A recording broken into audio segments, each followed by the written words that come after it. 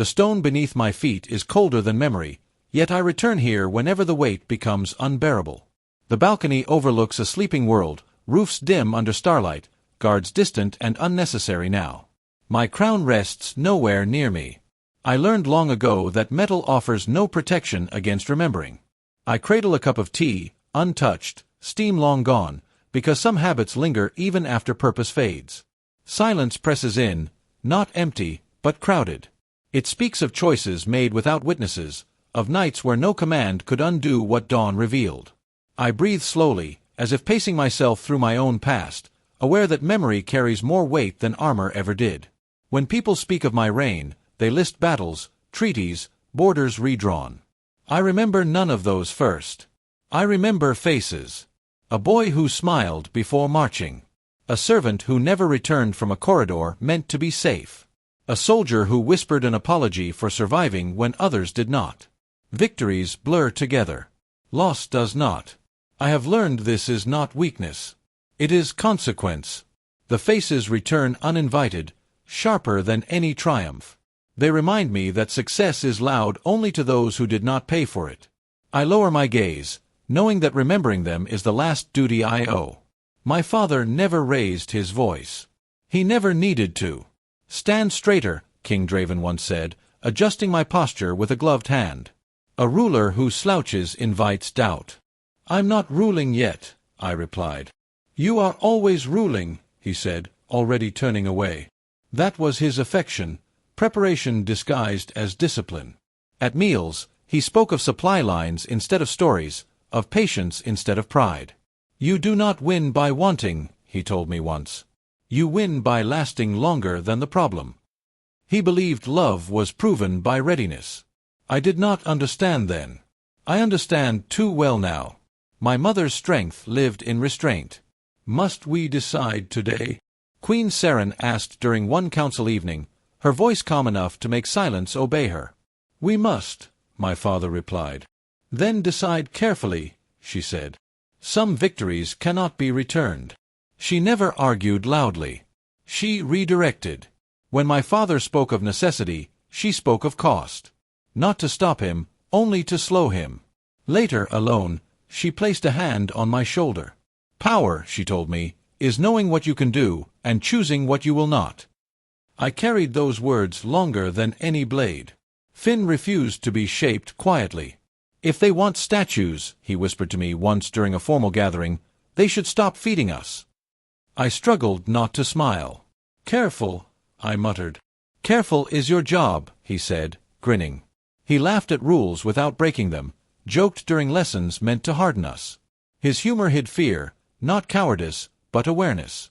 He saw the path narrowing before I did. When eyes turned toward me with expectation, he stepped between them and reality with a joke. It was his shield. I did not realize how much weight he carried for me until he stopped laughing. Advisor lists rarely entered conversations.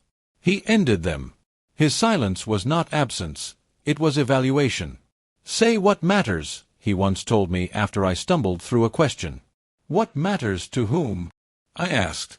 "That," he said, "is what you must learn to see."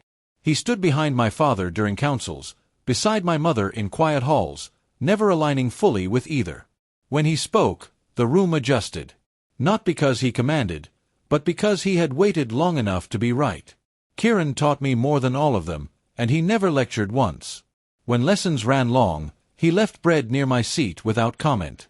When tension thickened, he met my eyes and raised one brow, just enough to remind me I was still human. "Careful, my prince," he whispered once as I rushed past. "Stone remembers feet that fall." Later, after I tripped, he helped me up without smiling. His loyalty was quiet, steady, never demanding recognition. He showed me that service was not submission, it was choice. Humanity lived in such choices. The calm days were the most dangerous. Decisions were made over meals, over walks, over pauses. "If we wait," my father said once, "we risk losing control." "If we act," my mother replied, "we risk losing ourselves." No one raised their voice. No one needed to. Destiny was never announced. It settled like dust. I watched, listening more than speaking, learning that power rarely arrives loudly. It prefers comfort. My training changed before I did. Lessons stopped asking what I thought. They began asking what I would endure. Endurance replaced curiosity. Silence replaced questions. I was praised not for insight, but for restraint. It felt less like growth and more like narrowing. I did not protest. I adapted.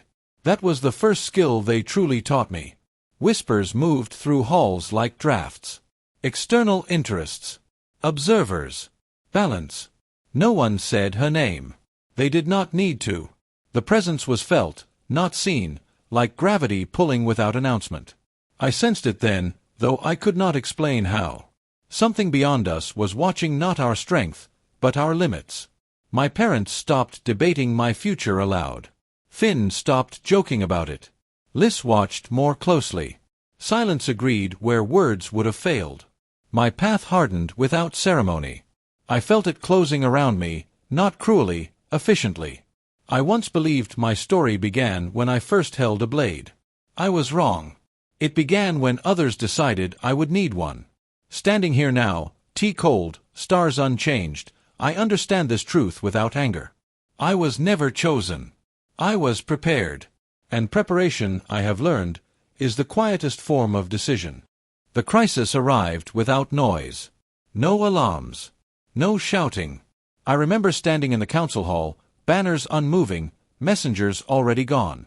Human envoys stood before us, hands clasped, eyes clear. Their cities were threatened, their people cornered, yet they breathed like men discussing weather. My instincts searched for fear and found none. Instead, there was focus. Calm, placed deliberately like a tool. It unsettled me more than panic ever could. I felt the shift then, though I could not name it. Something in the room had changed, and it was not the situation, it was the people facing it. "We evacuate the outer sectors," one human said flatly. "And lose them?" another asked. "We lose fewer if we do." No titles. No deference. They spoke as equals, weighing outcomes without ceremony. My father watched silently. "You speak as if this is already settled," King Draven said. "It is," the human replied. "We're just deciding the cost." There was no defiance in the voice. Only acceptance. I realized then that for them, survival was not a triumph, it was procedure. They spoke in numbers. Evacuation windows. Survival percentages. Casualty margins. Not once did a voice break. I felt something tighten in my chest as they adjusted plans with the same precision my father used for logistics. I had been taught to value life as symbol. They valued it as responsibility.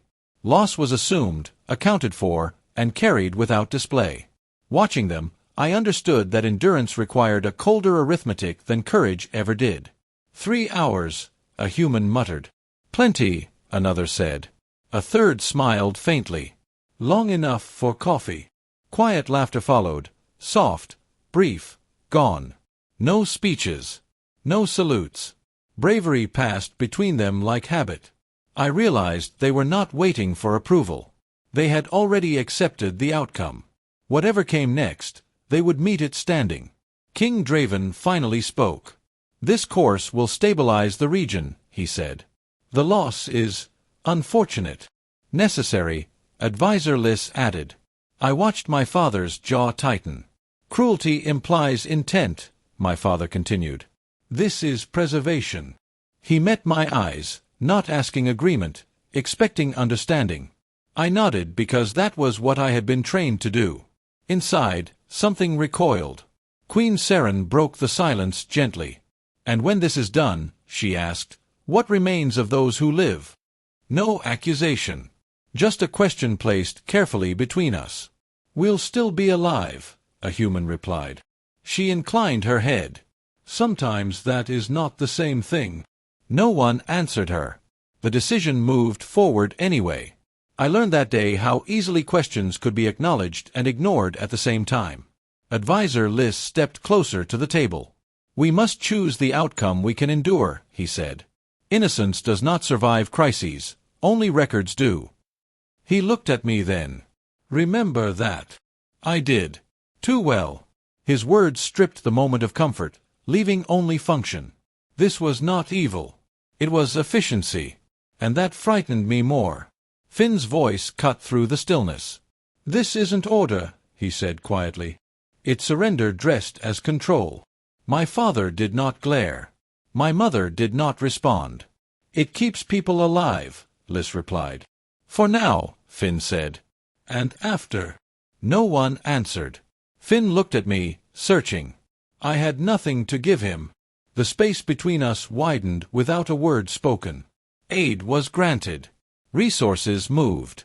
Ships deployed. The humans nodded once. "That will do," one said. No gratitude. No reverence. They treated our support as leverage, not mercy. Tools were used, not praised. I should have been offended. Instead, I felt oddly relieved. They did not mistake us for saviors. They knew better. As the hall emptied, Kieran appeared at my side.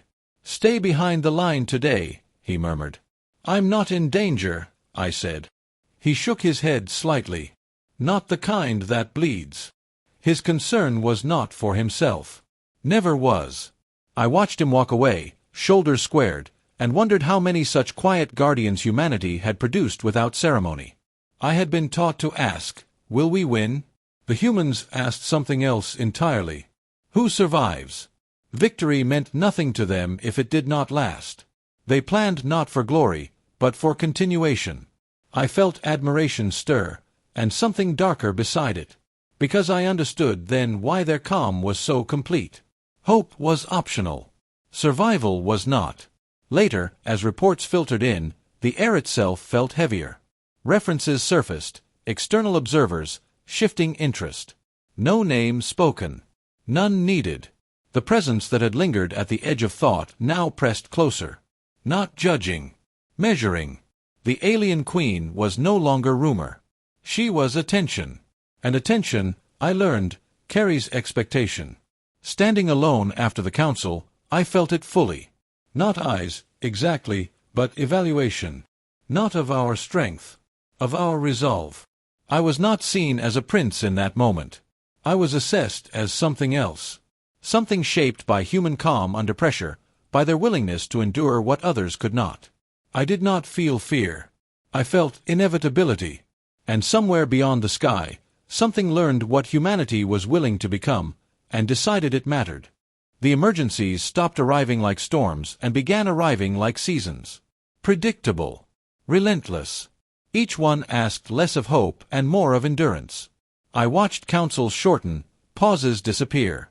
We no longer debated outcomes. We measured survival windows. Hope became optional, almost indulgent. I felt myself adapting, responding faster, questioning slower. Humanity around me did the same, not with excitement, but with discipline. Survival stopped feeling dramatic. It became routine. They slept in shifts measured in minutes. Ate when possible.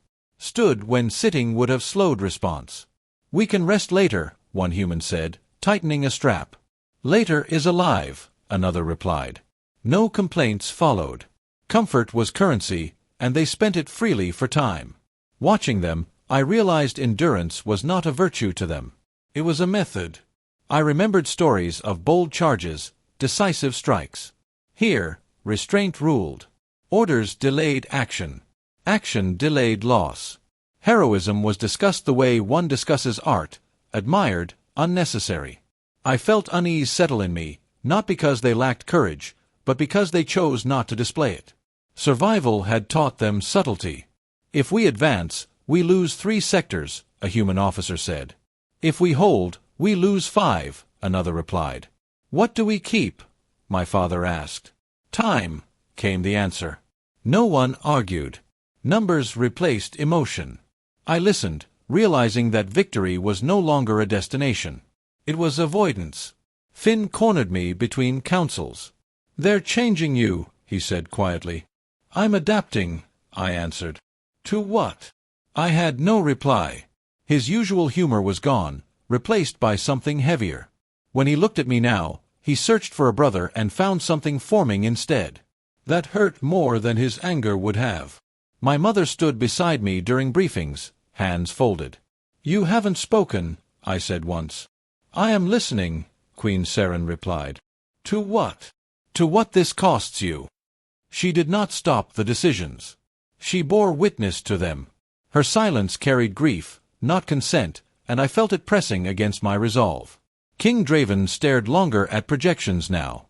"This works," he said, more to himself than to us. "Yes," Lys replied. "But at what rate?" my father asked. No one answered. Strategy still functioned, but I saw doubt where certainty once lived. The machine he built was effective, and merciless. Advisor Lys lingered after council. "We choose what we can survive," he said slowly. "And the right choice?" I asked. He paused. "I don't know any more." That admission struck harder than any warning. If Lys was uncertain, then doctrine itself was eroding. Kieran changed first. His uniform simplified. His presence faded into corridors. When I thanked him, he shook his head. "Visibility invites loss," he said. He accepted danger without recognition, dignity without reward. Watching him, I understood that sacrifice did not need witnesses to be real. Before departure, a group of humans shared a quiet laugh. "If this fails," one said, "I'm blaming the food." Another snorted. "Tell my replacement the same." The laughter ended quickly, but it had done its work. They walked away steady. Humor was not denial. It was armor. Votes were replaced by pauses. If no one spoke, the decision stood. Silence carried consent heavier than words. I learned to read rooms not by voices, but by breath. This was how humanity agreed when certainty was impossible. I noticed eyes following me differently. Not reverent. Assessing. Humans respected restraint, but they feared capability. I wondered if admiration had crossed into something colder. I did not ask. Some answers arrive only after it is too late. I watched humanity endure without spectacle. Their restraint was deliberate, honed, sharpened by loss. They did not rush toward endings, they engineered them carefully. I realized then this was not hesitation. It was control. My lessons changed. Governance faded. Finality entered. I was taught how to conclude conflicts, not nurture futures. Leadership was replaced by closure. I accepted this without protest, because adaptation had already become instinct. Standing alone after another crisis, I felt the truth settle. I was not being shaped to guide humanity forward. I was being shaped to decide when things must end. No one said it aloud. They did not need to. I understood. And I did not refuse. The chamber felt smaller than it ever had. Screens glowed red, timers collapsed into seconds, and silence thickened until it hurt to breathe. Delay was no longer caution, it was death stretched thin. I felt it then, the instant when waiting became a decision of its own. My thoughts raced, but my body was still. I understood that this was the edge my father had prepared me for, the line beyond which hesitation killed as surely as action. "The law forbids this," someone said quietly. "Yes," another replied. King Draven did not raise his voice. "Then the law will remember why it was broken." No debate followed. No vote. The rule stood clear, and so did the consequence. We crossed it calmly, not with rebellion, but with acceptance. I realized laws exist for peace, and we were no longer living inside peace. "Execute the sequence," a human said. "Confirmed," came the reply. No one asked permission. There was no ceremony, no appeal to higher authority. Urgency stripped language down to function. I listened, heart steady, as words replaced rituals. Authority no longer came from titles. It came from necessity. I watched them work. No trembling. No hesitation. Human hands moved with practiced calm, as if the unthinkable were only another task completed too late in the night. This was not cruelty. It was discipline forged by repetition. They had learned that fear wasted time, and time was the only resource they could not replace. King Draven turned to me. "Not as my father. Not as my king. This ends here," he said. "If it fails." I asked. "Then it ends everywhere." He did not command me. He shared the weight. In that moment, titles fell away. Responsibility stood between us, heavy and indivisible. My mother stood still, hands clasped. "Mother, do not," Queen Seren said softly. She turned her gaze from the screens, not in denial, but in grief. Her silence was not agreement. It was mourning delivered early. She accepted the choice without blessing it, and that restraint cut deeper than protest ever could. I searched for Finn's voice. It did not come. He stood apart, eyes fixed on nothing. No accusation. No defiance. Only distance. I realized then that silence could judge more harshly than words. Whatever I was becoming, my brother could not follow me there. Advisor Liss adjusted the display. "Estimate the damage," he said. "What about success probability?" I asked. He paused. "Survival is likely. Recovery is uncertain." He no longer spoke of futures, only aftermaths. The doctrine had narrowed to endurance. I felt the finality of it settle in my bones. "We won't see home again," one human said calmly. "No," another replied, "but they might." No fear followed the words. Only resolve. Hope had already been paid out and exhausted. What remained was commitment. Watching them, I understood that courage did not require belief, only acceptance. The air changed. Not visibly, but decisively. A presence settled across the chamber, precise and undeniable. She did not arrive with threat or spectacle. The alien queen observed, eyes reflecting calculation rather than judgment. I felt measured, not condemned. This was not an enemy. It was a witness. "You chose survival over permission," she said. "Yes," I replied. Her gaze lingered. "That is why you endure." No praise followed. No rebuke. She acknowledged humanity the way one acknowledges a force of nature. I realized then that understanding could be more dangerous than hatred. Her attention shifted to me. "You are shaped," she said, "not honored." I felt no anger. Only clarity. I was not selected by destiny. I was assembled by necessity. A solution formed by pressure and time. I accepted that truth because denial would have been dishonest. The sequence completed. Systems stabilized. Lives continued. Relief did not come. The cost lingered in the quiet that followed. We had preserved existence, not innocence. Alliances fractured even as they held. Survival had been purchased, but celebration found no place to stand. As the chamber emptied, I felt it, something torn free and left behind.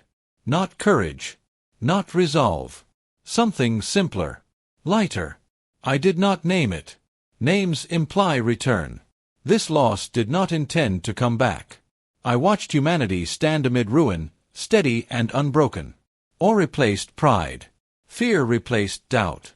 Civilizations would remember this moment, not for cruelty, but for endurance without illusion. I understood then why humanity is feared. Not for what it destroys, but for what it is willing to carry and still move forward. The silence did not break the way wars are meant to end. It simply loosened its grip. No horns sounded. No voices rose. Systems dimmed, light softened, and people waited, unsure what emotion was allowed now. I stood where command had ended and felt nothing resembling relief. Only uncertainty, wide and hollow. Survival had arrived quietly, like an apology delivered too late. I realized then that endings are not always marked by sound. Sometimes they are marked by the absence of it, by the uncomfortable truth that nothing inside you feels finished. Representatives returned to their tables, careful with distance and words. "We remain aligned," one ally said. "For now," another replied. Agreements were honored, but warmth never returned. Cooperation became a negotiation renewed daily, shaped by memory rather than trust. I watched hands shake without conviction, smiles practiced and thin. We stood together because separation was worse, not because unity felt safe. Humanity had become something allies needed, not something they embraced. "We will amend the doctrine," Advisor Liss said, his voice steady. "To allow this again?" someone asked. "To survive it again," he corrected. No one argued. The laws bent quietly, reshaped by what we had already done. There was no ceremony, no pride. Only acknowledgement that rules written for peace cannot always survive reality. I understood then that law follows endurance, not morality. It records what remains. I felt the shift in how others looked at us. Not with admiration. With calculation. Humanity became essential infrastructure, dangerous, indispensable, avoided until required. We were invited to no celebrations, yet summoned to every crisis. Respect existed, but it was sterile. Fear lived just beneath it. I did not blame them. They had seen what humanity would accept to continue, and they could not unsee it. King Draven remained upright, but the weight showed now. His movements slowed. His pauses lengthened. "It worked," I said quietly. "Yes," he replied. "And—" He looked past me, eyes dimmed by calculation he could no longer undo. Working doesn't mean it didn't cost more than we expected. For the first time, I saw him not as a ruler maintaining order, but as a man counting what he had spent of himself. My mother stood beside the windows, watching ships depart. "You haven't said anything," I offered. She shook her head gently. "There is nothing left to prevent," Queen Saren said. She did not condemn me. She did not comfort me.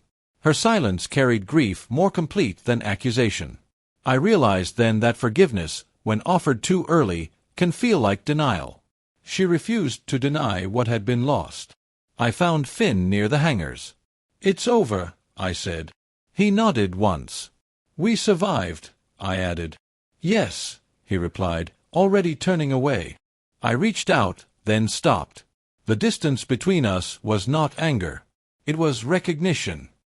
He saw what I had become, and he knew he could not follow without losing himself. That understanding hurt more than rejection ever could. Advisor Liz spent long hours recording events. "Be precise," he muttered, more to himself than to me. "Why?" I asked. "Because history remembers what it can endure," he said. "Not what it regrets." He chose his words like one chooses armor, carefully, sparingly. He did not glorify what we had done. He documented it, as if accuracy itself were a form of restraint. Kieran returned to his duties without ceremony. His movements were efficient, quieter than before. "You survived," I said. "So did the work," he replied. He did not speak of what he had lost. I saw it anyway, in the way his eyes avoided certain corridors, in how his humor never quite returned. Endurance had demanded something from him, and it had kept it. Meetings ended faster now. Words were chosen carefully, stripped of comfort. "Proceed" meant agreement. "Understood" meant acceptance. Respect replaced warmth. Silence replaced reassurance. We spoke less because there was less left that could be softened by speech. I learned that after survival, language becomes weight-bearing. Every word must carry itself. Standing alone again, I finally understood what endurance had taken. Survival preserved life, but not innocence. It maintained existence, but not clarity. We had lived, yes. But the meaning we once attached to living had thinned, stretched by necessity. I accepted that truth without bitterness. Humanity had endured. That was enough. Meaning, I realized, is not always part of the bargain. I returned to the balcony long after my crown had lost its meaning. The stone railing felt the same beneath my palms, worn smooth by generations who believed permanence could be carved. Time had passed, years measured in silence rather than ceremony, but memory had not moved an inch. The city below breathed slowly, unaware that the man above it was no longer guarding anything. I stood there not to rule, but to remember, and the wind treated me as it always had, without respect, without cruelty, simply present. The cup waited where I had left it. Steam long gone. Flavor forgotten. I lifted it anyway, out of habit more than need. Applause had once followed my steps the same way, warm at first, then absent, then irrelevant. Recognition fades faster than consequence. No one applauds endurance, they only notice when it ends. I set the cup down untouched, accepting that some gestures exist only to remind us of who we used to be. The stars remained exactly where they had always been. Distant. Unmoved. They had watched me as a boy, then as a ruler, then as something less definable. They offered no approval, no condemnation. Only witness. I found comfort in that indifference. Civilizations rise and fracture beneath them, yet the stars do not flinch. They do not forgive. They do not forget. They simply endure. In that way, they were the most honest judges I had ever known. For a long time, I believed I had failed because I was not remembered kindly. I believed that legacy required warmth. Standing there now, I understood how wrong I had been. Kindness was never the objective. Survival was. I was not shaped to be loved or celebrated. I was shaped to remain when others could not. That truth no longer hurt. It clarified.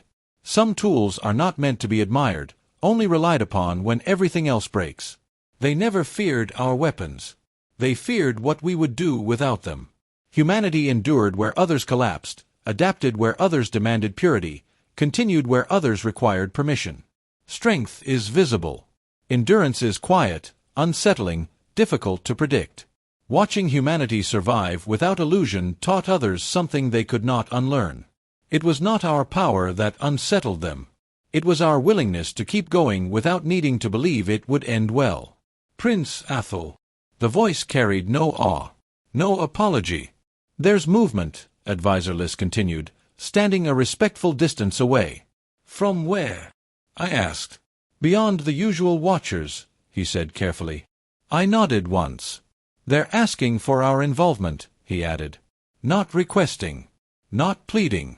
Asking. I turned back to the stars. Tell them we're listening. Urgency did not need volume. It never had. As Liss departed, I felt it again. Not eyes, not threat, but attention refined by understanding. The shadow that once watched from a distance had not retreated. It had adapted. It had learned the pattern of human endurance, the cost we accept, the silence we use to agree. It was no longer opposed to us. It was informed by us. I realized then that the universe does not conquer what it cannot break. It studies it. And humanity had given it much to study. I remained on the balcony as night deepened, unbothered by the cold. Somewhere beyond sight, forces shifted, calculations adjusted, decisions prepared themselves without ceremony. I did not feel dread. I felt readiness. Not eagerness, never that, but recognition. This was the role I had been shaped for long before I understood it. Not king, not hero, not symbol, but constant. The city slept, unaware that survival had once again become relevant. I did not wake it.